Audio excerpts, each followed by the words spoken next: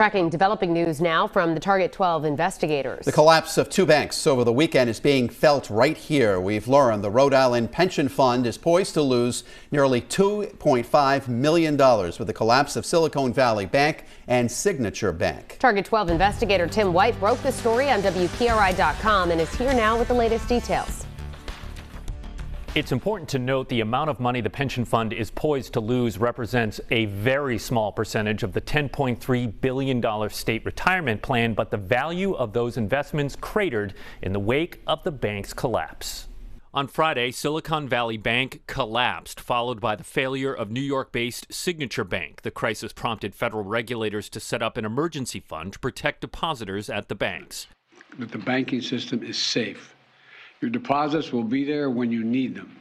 But the emergency fund does not protect those who invested in the banks, including the state of Rhode Island. A spokesperson for General Treasurer James Diosa says the employee retirement system of Rhode Island had roughly $2.6 million invested in SVB and Signature, along with two other banks that are now in financial peril because of the collapse. Those investments are now valued at just over $185,000.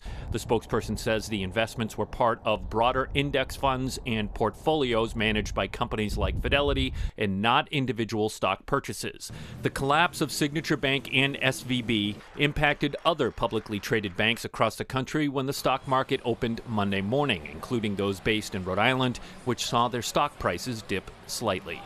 President Biden said the emergency fund federal regulators tapped into to protect depositors is not funded by taxpayers, but rather by fees paid by banks. With the Target 12 investigators, Tim White, 12 News.